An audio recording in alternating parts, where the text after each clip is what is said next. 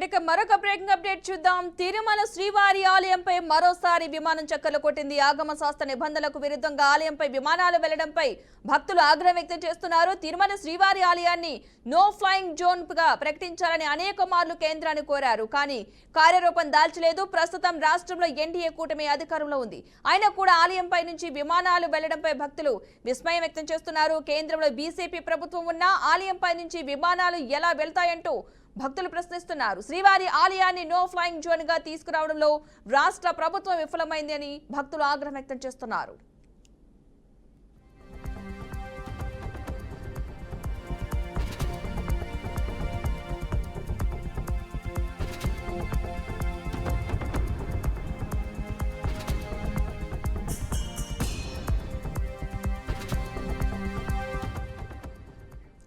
టీటీడీకి ఉగ్రవాద ముప్పు పొంచి ఉందని పహల్గాం ఉగ్రదాడి తర్వాత తిరుమలలో సెక్యూరిటీని అయితే పెంచారు. తిరుమలకు ముప్పు పొంచి ఉందని ఎప్పటికప్పుడు నిఘా వర్గాలు హెచ్చరిస్తూనే ఉన్నాయి. అయినా కూడా తాజాగా శ్రీవారి ఆలయంపై నుంచి విమానం చక్కర్లు కొట్టడంపై ఆందోళన అయితే వ్యక్తమవుతోంది.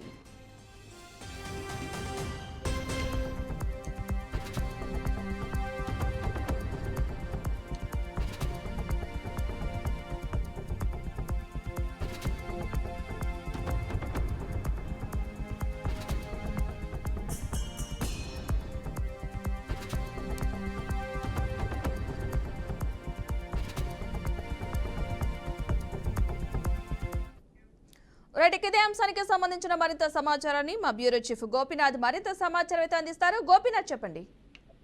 పద్మ, మొత్తం మీద తిరుమల శ్రీవారాలయం పైన తరచుగా ఈ విమాన రాకపోకలు జరుగుతుండడం భక్తుల్ని అదేవిధంగానే టీటీడీని కూడా పెద్ద ఆందోళనకు గురి చేస్తుంది. ఎందుకంటే చాలా రోజుల నుంచి కూడా ఈ సమస్య ఉన్నప్పటికీ కూడా కేంద్ర రాష్ట్ర ప్రభుత్వాలు దీనిపైన ప్రత్యేకంగా దృష్టి పెట్టలేదనేటువంటి ఆరోపణలు అయితే బలంగా వినపడుస్తున్నాయి. ఎందుకంటే తరచుగా అంటే ప్రతి నెలలో కనీసం 2-3 సార్లు ఈ విధంగా తిరుమలకి సంబంధించి పెద్ద ఎత్తున అంటే ఈ విమానాలకు సంబంధించినటువంటి రాకపోకలు జరుగుతున్న నేపథ్యంలో ఎందుకంటే ఆల్రెడీ తిరుమలకి సంబంధించి ఉగ్రవాదుల హిట్ లిస్ట్ లో తిరుమల ఉన్న కారణంగా అంటే ఏ సమయానికి ఏం జరుగుతుందో అనేటువంటి ఆందోళన ఇప్పటికీ కూడా శ్రీవారి భక్తుల్లో ఉంది. అందువల్లనే టీటీడీకి సంబంధించి ఇప్పటికే ఆలయం వద్ద 3 అంచెల భద్రతను కొనసాగిస్తూ ఉంటారు. ఆక్టోపస్ బలగాలతో పాటు ఎస్పీఎఫ్ బలగాలు అదేవిధంగానే టీటీడీకి సంబంధించినటువంటి సెక్యూరిటీ విజిలెన్స్ సిబ్బంది కూడా ఉంటారు. అయితే ఎన్ని రకాల చర్యలు తీసుకుంటున్నప్పుడు కూడా అంటే ఆకాశ మార్గం గుండా ఏదైతే ఈ విమాన రాకపోకలు అనేది ఏ రూపంలో ఏ రకంగా ప్రమాదం వస్తుందో అనేటువంటి ఆందోళన అయితే ఇంకా కూడా టీటీడీని కొనసాగుతుంది. గతంలో తిరుమలకి సంబంధించి ఎంతో మంది కేంద్ర రాష్ట్ర ప్రభుత్వాలకు సంబంధించినటువంటి మంత్రులు వస్తూ ఉంటారు, పోతూ ఉంటారు. అదేవిధంగానే గతంలో తిరుమలకి ప్రధానమంత్రి నరేంద్ర మోడీ వచ్చిన సందర్భంలో కూడా ఈ విషయాన్ని గుర్తు చేసినప్పటికీ కూడా అంటే ఈ రాకపోకల్ని నివారించడానికి చర్యలు తీసుకోవాలని చెప్పి విజ్ఞప్తి చేసినప్పటికీ కూడా ఇంకా కూడా అది కార్యరూపం అయితే దాల్చలేదు. అయితే ఇవాళ తాజాగా మరోసారి ఈ రకమైనటువంటి ఘటన జరిగిన నేపథ్యంలో ఒక్కసారిగా ఉలిక్కిపడడం జరిగింది. ఇప్పటికే ఎయిర్పోర్ట్ కి సంబంధించినటువంటి అధికారులు కూడా టీటీడీ ఉన్నతాధికారులు సమాచారం ఇచ్చారు. అయితే ఇది మరోసారి రిపీట్ కాకుండా చర్యలు తీసుకుంటామంటూ కూడా అంటే తిరుపతి విమానాశ్రయానికి సంబంధించినటువంటి అధికారులు కూడా చెప్పడం జరిగింది. అయితే పైలట్లు అంటే గతంలో ఇచ్చినటువంటి నివేదికల ప్రకారం పైలట్లు చెప్తున్న దాన్ని బట్టి అంటే అధికారులు చెప్తున్న దాన్ని బట్టి విమానాశ్రయ అధికారులు చెప్తున్న దాన్ని బట్టి సమాచారం ఏంటంటే తిరుమలకి ఒకసారిగా ఇక్కడ విమానాలు అంటే ఈ దరిదాపుల్లోకి వచ్చిన సందర్భంలో 7 కొండలకు సంబంధించి అనుసంధానం చేస్తూ కూడా అంటే ఈ రాకపోకలు జరుగుతూ ఉంటాయి. అయితే ఆలయం సరిహద్దు ఆలయం దగ్గరికి రాకుండా దూర ప్రాంతంలోనే రాకపోకలు ఎందుకంటే ఆ వే ఆ విధంగానే ఉంటుందంటూ కూడా గతంలో చెప్పడం జరిగింది. అయితే ఆలయం దగ్గరకు వస్తే ఆనంద నిలయానికి సంబంధించి కిందనే స్వామివారు వెలిసి ఉంటారు కాబట్టి ఇది ఆగమ శాస్త్రం విరుద్ధం. ఇలాంటివి ఇక్కడ జరగకూడదు. ఎందుకంటే స్వామివారి అందరికంటే ఎత్తైనటువంటి ప్రాంతంలో ఉండాలి. అలాంటి అతి దగ్గరలో ఈ రకంగా విమానాలు రావడం దానిపైన అక్కడ అంటే ఈ మానవులు పైన విమానాల్లో వెళ్తూ ఉంటారు కాబట్టి అలా ఉండకూడదు అనేది ప్రధానంగా శాస్త్రం చెప్తుంది. ఇది దేశానికి రాష్ట్రాలకు కూడా అరిష్టం అంటూ కూడా గతంలో శ్రీవారి ఆలయానికి సంబంధించినటువంటి ప్రధాన అర్చకులు కూడా చెప్పడం జరిగింది. ఏదైనప్పటికీ కూడా ఇది తరచుగా జరుగుతున్న నేపథ్యంలో మరోవైపు ఇది ఆగమ శాస్త్రం పరంగాను విరుద్ధంగానే ఉంటుంది, అరిష్టంగానే ఉంటుంది. మరోవైపు భద్రత పరంగాను కూడా చాలా ఇబ్బందులు ఉండే అవకాశం అయితే ఉంటుంది. దీనిపైన మాత్రం రాష్ట్ర ప్రభుత్వం చొరవ తీసుకుని కేంద్ర ప్రభుత్వం పెద్దలను ఒప్పించి పూర్తి స్థాయిలో కూడా ఈ సమస్యకి పరిష్కారం చేస్తే ఒకవైపు తిరుమల ఆలయానికి భద్రతకు మరింత అంటే కట్టుదిట్టు వచ్చే అవకాశం ఎక్కువగా ఉంది. Padma, right, thank you Gopi.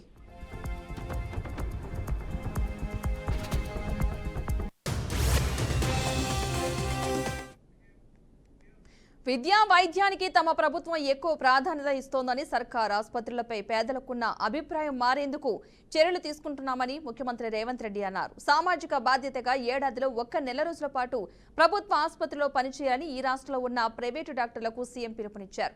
మీకు ఇష్టం వచ్చిన ఆసుపత్రిని ఎంచుకుని నెల రోజుల పాటు పనిచేయాలని, నిమ్స్ ఉస్మానియాలో పనిచేస్తే చాలా అనుభవం వస్తుందని చెప్పారు. నిమ్స్ లో అదనపు బ్లాక్ ఎల్బీ నగర్, సనత్ నగర్ లో ఆసుపత్రులు నిర్మిస్తున్నామని, త్వరలో అందుబాటులోకి 25 ఆసుపత్రులు రాబోతున్నాయని అన్నారు.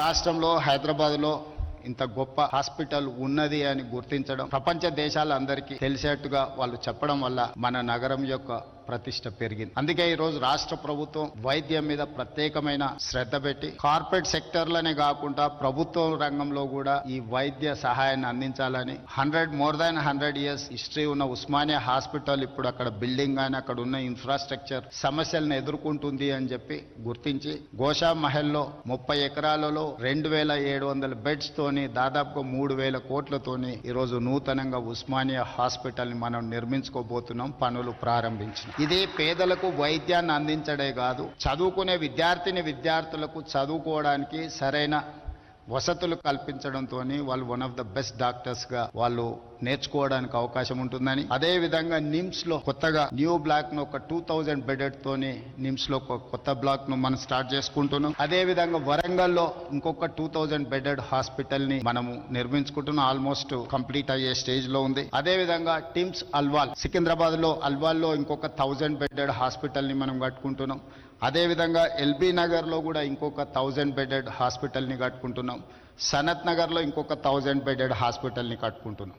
ఇవన్నీ దాదాపుగా ఒక ఉస్మానియా హాస్పిటల్ కంప్లీట్ చేయడానికి 2.5 years పట్టొచ్చు. మిగతా హాస్పిటల్స్ అన్ని కూడా బై December 9, 2025 అంటే ఈ సంవత్సరం ఆఖరు లోపల దాదాపుగా 7000 పడకల ఆసుపత్రులను తెలంగాణ రాష్ట్ర ప్రభుత్వం మీతో కాంపీట్ చేసే విధంగా, అంటే మేము ఏఐజీకి వస్తే ప్రజలు ఏ విధంగా ఇంత గొప్పగా ఉంది అని అనుకుంటున్నారో, మా ప్రభుత్వ రంగంలో కూడా మీతో కాంపీట్ చేసే విధంగా ఈరోజు అన్ని వసతులను ఏర్పాటు చేయండి అని ఒక కమిటీని కాన్స్టిట్యూట్ చేసి మీ అన్ని హాస్పిటల్స్ని విజిట్ చేయించి. ఎందుకంటే చాలా మందికి గవర్నమెంట్ హాస్పిటల్కి వెళ్ళంగానే ఇంకా ప్రాణాలు పోతాయేమో, గవర్నమెంట్ హాస్పిటల్కి వెళ్ళడం అంటే బ్రతకడానికి కాదు చావడానికే వెళ్తున్నామేమో అనే ఒక అభిప్రాయం చాలా మందిలో ఆ అభిప్రాయం నుంచి ప్రజలను దూరం చేయాలనేది నా ఆలోచన. ప్రభుత్వం ప్రజల యొక్క వైద్యం కోసం చాలా మొదటి ప్రాధాన్యత ఇస్తుంది. ప్రభుత్వానికి అత్యంత ప్రాధాన్యతలో విద్య, వైద్యం ఈ రెండిటికి హైయెస్ట్ ప్రయారిటీ కింద మేము ఫండ్స్ దాదాపుగా ఇప్పుడు 11,500 కోట్లు ఈ రంగానికి రాష్ట్ర ప్రభుత్వం బడ్జెట్ కేటాయించింది ఒక సంవత్సరంలో.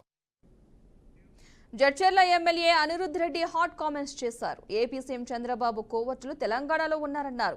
ఇరిగేషన్ ప్రాజెక్టులు, రోడ్డు కాంట్రాక్టులు చూసేది వాళ్లే అని విమర్శించారు. ఆ కోవర్టులకు కరెంటు కనెక్షన్, నల్లా కనెక్షన్లు కట్ చేయండని విజ్ఞప్తి చేశారు. మంచిగా మాట్లాడితే ఆంధ్ర వాళ్లు మాట వినరు అని ఎమ్మెల్యే అనిరుద్ రెడ్డి పేర్కొన్నారు. బనకచర్ల ప్రాజెక్టు విషయంలో మంత్రి ఉత్తమ్ కుమార్ రెడ్డి లెటర్లు రాసుడు కానీ ముందు కోవర్టులను పట్టించుకోవాలన్నారు. ప్రస్తుతం ఈ కామెంట్స్ సోషల్ మీడియాలో వైరల్ అయ్యాయి. లెటర్లు కాదు, చంద్రబాబు నాయుడు కోవట్లు ఈ రోజు మన తెలంగాణలో ఉన్నారు.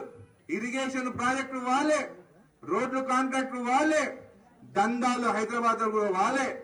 ఆ కోవట్లకి మొత్తము నల్ల కనెక్షన్ కట్ చేయండి, కరెంట్ కనెక్షన్ కట్ చేయండి, ఇరిగేషన్ ప్రాజెక్టు ఒక్క రూపాయి లేకుండా వాళ్ళని కట్ చేయండి. వాళ్ళే పోయి చంద్రబాబు నాయుడు కాలు పట్టుకొని బంకచెల్ల బంద్ చేపిస్తారు. మనం ఊకే మంచిగా మాట్లాడుతుంటే ఆ ఆంధ్రోలు మనం మాటలు వినరు కాబట్టి ఈ పని చేయండి. సీఎం రేవంత్ వ్యాఖ్యలకు హరీష్ రావు కౌంటర్ ఇచ్చారు. రాజ్యాంగబద్ధ పదవిలో ఉంటూ రేవంత్ అబద్ధాలు మాట్లాడుతున్నారని విమర్శించారు. రాష్ట్రంలోని ప్రజలు ముఖ్యం, పదవులు కాదని హితవు పలికారు. రాజకీయాల కోసమే సీఎం రేవంత్ మాట్లాడుతున్నారని ఆగ్రహం వ్యక్తం చేశారు. నిన్నటి ప్రెజెంటేషన్ అమరావతిలో ఇచ్చినట్టుగా ఉందని ఆరోపించారు. ఏపీ సీఎం చంద్రబాబు దీన్ని రూపొందించినట్టుగా ఉందని చెప్పుకొచ్చారు. రేవంత్ టెక్నికల్ గా కాంగ్రెస్ సీఎం, మనసంతా టీడీపీ, బీజేపీతోనే ఉందని ఘాటు వ్యాఖ్యలు చేశారు. సభల్లో కాంగ్రెస్ పార్టీ ఒక్క ఎమ్మెల్యే సీటు కూడా గెలవలేదు. మరి ఇలా కొన్ని రాష్ట్రాల్లో కాంగ్రెస్ పార్టీ ఒక్క ఎంపీ సీటు కూడా గెలవలేదు. అంత మాత్రాన నీ కాంగ్రెస్ పార్టీ చచ్చిన పామైందా? నేను అడుగుతా ఉన్నా. ఈ చచ్చిన పాము లాంటి చౌకబారు ముచ్చట్లు మాకు చెప్పకు, నీ రాహుల్ గాంధీకి చెప్పుకునేది ఉంటే. ఈ అతి తెలివితేటలు అవసరం లేదు మిస్టర్ రేవంత్ రెడ్డి గారు. నువ్వు మొన్న ముఖ్యమంత్రి అయిన తర్వాత నీ సొంత జిల్లాలో కూడా బీఆర్ఎస్ పార్టీ ఎమ్మెల్సీ గెలిచింది, గెలవలేదా మొన్న? అహంకారంతో మాట్లాడితే ప్రజలు నిన్ను అత్త పాతాల లోకానికి దొక్కుతారు బిడ్డ, జాగ్రత్త అని హెచ్చరిస్తా ఉన్నా నేను. నీకు బేసిన్ల గురించి మినిమం అవగాహన లేదు. దేవాదులు ఏ బేసిన్లో ఉందంటావు, బంకచెర్ల యాడు ఉందంటావు. బాసన్ల గురించి తెలిసినంత ఈజీ కాదు బేసిన్ల గురించి తెలుసుకోవడం. కనీస అవగాహన లేకుండా మాట్లాడి ఈ రాష్ట్రం పరువు తీస్తా ఉన్నావు నువ్వు. ఇవాళ ఏదో సామెత ఉంటే చూడు, భయం లేని కోడట బజార్లో గుడ్డు పెట్టిందట. నీ తీరు కూడా గట్లే ఉంది. ఈయనట కేసీఆర్ను ప్రశ్నిస్తారట. బంకచర్ల మీద ఈ బొంకుడు రాజకీయాలు బంద్ పెట్టు. రేవంత్ రెడ్డి గారు, నాడు బాబు కోసం బ్యాగులు మోసి బ్యాగ్ మ్యాన్గా పేరు తెచ్చుకున్నావు. నేడు అదే బాబు కోసం, బంకచర్ల కోసం బొంకు మ్యాన్గా మారిపోయినావు. నువ్వు బొంకుతా ఉన్నావు, అన్నీ నిజాలు మాట్లాడతలేవు నువ్వు. నువ్వే చెప్పినావు. అయినా ఏం చెప్పినావు నువ్వు? నా స్కూల్ బీజేపీ, నా కాలేజ్ తెలుగుదేశం, నేను ఉద్యోగం చేస్తున్నది కాంగ్రెస్ పార్టీలో అని నువ్వే చాలాసార్లు చెప్పినావు మిస్టర్ రేవంత్ రెడ్డి. దేశంలో వరంగల్ జిల్లా రాజకీయాల్లో మాజీ ఎమ్మెల్సీ కొండ మురళి మరోసారి వివాదాస్పద వ్యాఖ్యలు చేశారు. ఎర్రబల్లి కుటుంబాన్ని ఉద్దేశిస్తూ ఆ కుటుంబంలో పుట్టిన వారంతా ఎర్రబల్లులే, దరిద్రులే అంటూ తీవ్ర స్థాయిలో విమర్శలు చేశారు. ఒక డబ్బున్న మహిళ రాజకీయాల్లోకి వస్తానని చెప్పిన నేపథ్యంలో తనకే సంబంధం లేకున్నా తనపై భూములు అమ్ముకున్నాడనే ప్రచారం చేస్తున్నారని మండిపడ్డారు. తానే 70 కోట్ల విలువైన భూమిని అమ్ముకున్నానంటూ వివక్షాలు వక్రీకరించాయని ఆరోపించారు. మంత్రి సురేఖ కార్యాలయంలో తానెవరికీ భయపడనని, నిజం మాట్లాడమే తన ధర్మం అంటూ మాజీ ఎమ్మెల్సీ స్పష్టం చేశారు. వరంగల్ జిల్లాలో ఇప్పుడు కూడా ఎక్కడ పోయినా మనమే ఎక్కువ ఉంటాం, మనమే జిందాబాద్లు ఎక్కువ ఉంటాం. మీరు అందరు కలిసి నాకు ఆ నమ్మకం ఉన్నది. కాబట్టి అందరికన్నా ఎప్పుడు ఎంత మంది మనల్ని అప్రిషియేట్ చేస్తారో వాళ్ళు చూస్తారు, వచ్చి మళ్ళా పెద్దలు మళ్ళా ఆలోచిస్తారు, ఆడ రిపోర్ట్ ఇస్తారు. కొండా సురేఖ మంత్రి గారి కాన్స్టిట్యూన్సీ నుంచి ఇంతమంది వచ్చిండ్రు అని వాళ్ళు రిపోర్ట్ ఇస్తారు. మరి కాబట్టి నన్ను చూసుకుంటారు. కాబట్టి అందరూ కూడా ఈరోజు రేవంత్ అన్న, మరి మహేష్ అన్న, మరి వీళ్ళంతా ఒక బీసీ నాయకుడు మహేష్ అన్న ఇలా బీసీ ప్రెసిడెంట్ అయినా మనం సంతోషపడాలి. మరి రేవంత్ అన్న కూడా మరి ఇంకో 10 ఏళ్ళు ఉండాలని కోరుకుంటున్నా. కంపల్సరిగా మళ్ళా 10 ఏళ్ళు మనం ఉండాలంటే మనకు నాయకత్వ లక్షణాలు ఎక్కువ ఉండాలి. ఇప్పటికి ఉన్నాయి. ఎవడో ఏదో చెప్తాడు, దానికి భయపడి ఎందుకో పోయేది లేదు. నేను నాకు ఐటీ అని ఇచ్చిండు, ఆ సన్యాసి తెలియదు. ఇప్పుడు నేను పోయింది ఎక్కడికి, వయసులో దానికి పోయినప్పుడు అక్కడ ఆ సత్తను 10 ఏళ్ళ బట్టి వేవ్ చేసుకున్నారు. 10 కోట్ల రూపాయలు తింటున్నప్పుడు నేను పోయినా, వాళ్ళతో మాట్లాడినా, వాళ్ళకి తాళం చేతులు వాళ్ళకి వాళ్ళు బాగా సంతోషపడే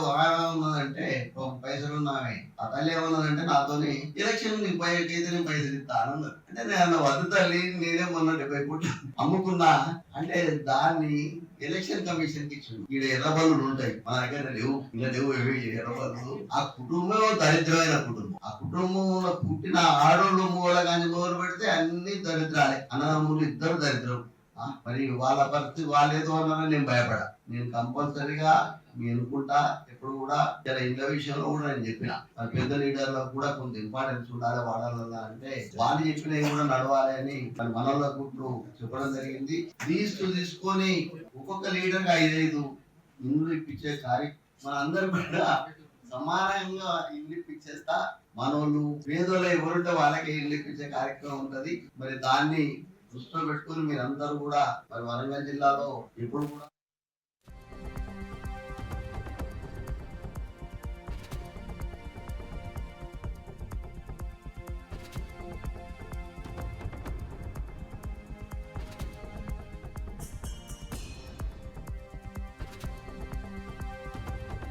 బంగ్లాదేశ్ రాజకీయాల్లో ఉత్కంఠగా పొడిగిస్తున్న తాజా ఘటనలో మాజీ ప్రధాని షేక్ హసీనాకు కోర్టు ధిక్కార కేసులో 6 నెలల జైలు శిక్ష విధించారు. అంతర్జాతీయ నేరాల ట్రిబ్యునల్ న్యాయమూర్తుల ధర్మాసనం జస్టిస్ ఎండి గోలం మోర్టుజా ముజందర్ నేతృత్వంలో ఈ తీర్పును ప్రకటించింది. ఢాకా ట్రిబ్యునల్ ద్వారా వెలువడిన సమాచారం ప్రకారం గోయిబందాలోని గోవిందజ్ చెందిన షకీల్ అఖాండ్ బుల్బుల్కు కూడా అదే ట్రిబ్యునల్ 2 నెలలు జైలు శిక్ష అయితే విధించింది. 11 నెలల క్రితం పదవికి రాజీనామా చేసి దేశాన్ని వదిలి పారిపోయిన అవామీ లీగ్ మాజీ నేతకు ఇది తీరులో పడిన మొదటి శిక్షగా అయితే కనిపిస్తోంది.